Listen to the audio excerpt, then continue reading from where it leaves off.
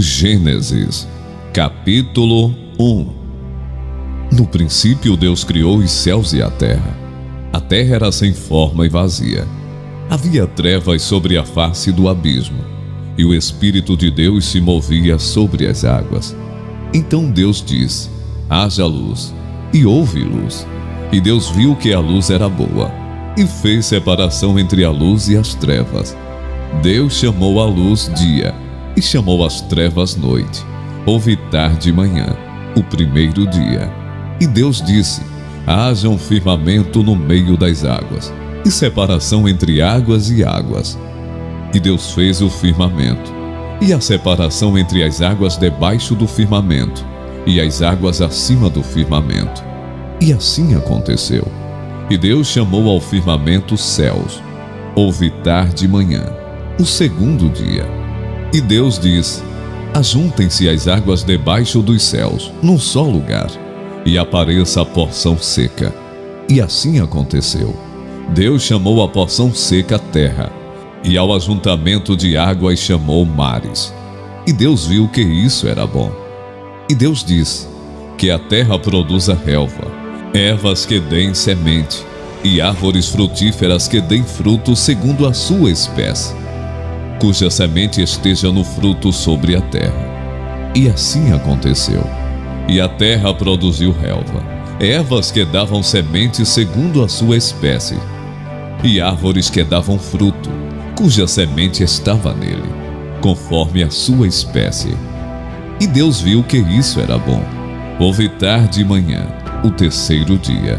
E Deus disse: que haja luzeiros no firmamento dos céus, para fazerem separação entre o dia e a noite, e sejam eles para sinais, para estações, para dias e anos. E sirvam de luzeiros no firmamento dos céus, para iluminar a terra. E assim aconteceu. Deus fez os dois grandes luzeiros, o maior para governar o dia, e o menor para governar a noite.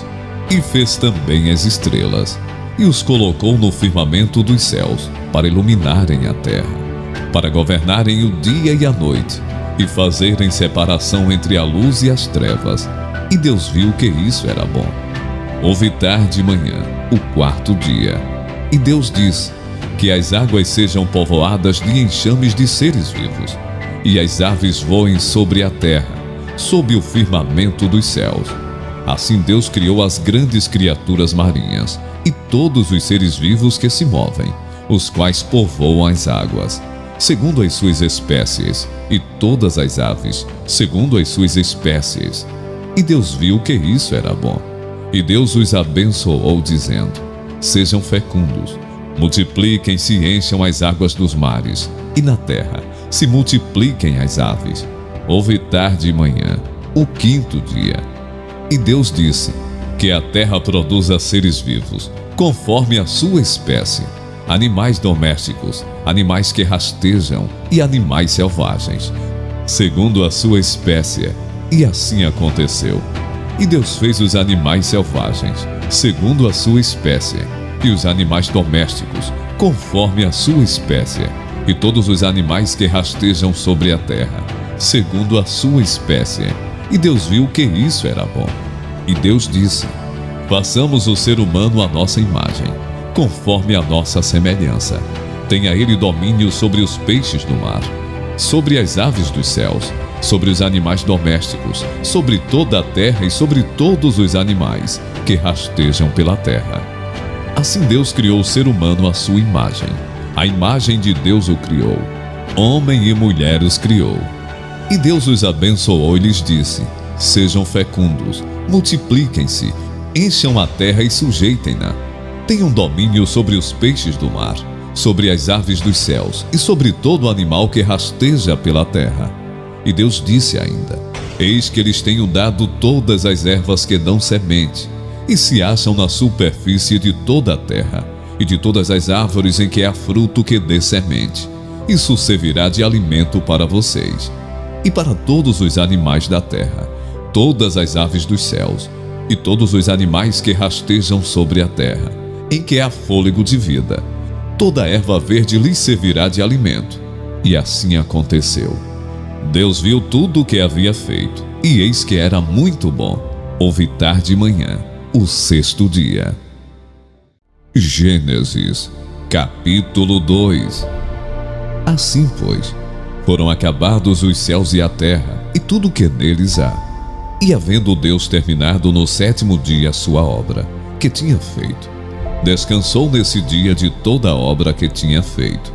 E Deus abençoou o sétimo dia, e o santificou, porque nele descansou de toda a obra que como Criador tinha feito. Esta é a gênese dos céus e da terra, quando foram criados, quando o Senhor Deus os criou. Não havia ainda nenhuma planta do campo na terra, pois ainda nenhuma erva do campo havia brotado, porque o Senhor Deus não tinha feito chover sobre a terra, e também não havia ninguém para cultivar o solo. Mas uma neblina subia da terra e regava toda a superfície do solo. Então o Senhor Deus formou o homem do pó da terra. Ele soprou nas narinas o fôlego de vida, e o homem se tornou um ser vivente. E o Senhor Deus plantou um jardim no Éden, na direção do Oriente, e pôs nele o homem que havia formado. Do solo o Senhor Deus fez brotar todo tipo de árvores agradáveis à vista e boas para alimento, e também a árvore da vida no meio do jardim, e a árvore do conhecimento do bem e do mal.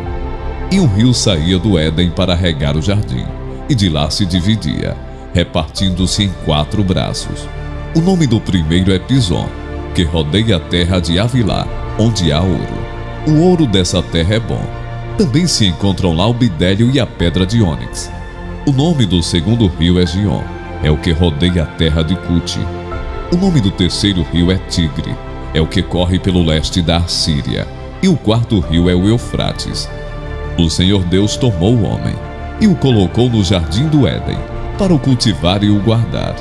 E o Senhor Deus ordenou ao homem: de toda árvore do jardim você pode comer livremente, mas da árvore do conhecimento do bem e do mal você não deve comer, porque no dia em que dela comer, você certamente morrerá. O Senhor Deus disse ainda: não é bom que o homem esteja só. Farei para ele uma auxiliadora que seja semelhante a ele. Havendo, pois, o Senhor Deus formado da terra todos os animais do campo e todas as aves dos céus, trouxe-os a Adão, para ver que nome lhes daria. E o nome que ele desse a todos os seres vivos, esse seria o nome deles. O homem deu nome a todos os animais domésticos, às aves dos céus e a todos os animais selvagens, mas para o homem não se achava uma auxiliadora que fosse semelhante a ele. Então o Senhor Deus fez cair um pesado sono sobre o homem, e este adormeceu. Tirou-lhe uma das costelas e fechou o lugar com carne. E da costela que havia tirado do homem, o Senhor Deus formou uma mulher, e a levou até ele. E o homem disse: esta, afinal, é osso dos meus ossos e carne da minha carne. Será chamada varoa, porque do varão foi tirada. Por isso, o homem deixa pai e mãe e se une à sua mulher, tornando-se os dois uma só carne. Ora, um e outro, o homem e a sua mulher, estavam nus e não se envergonhavam.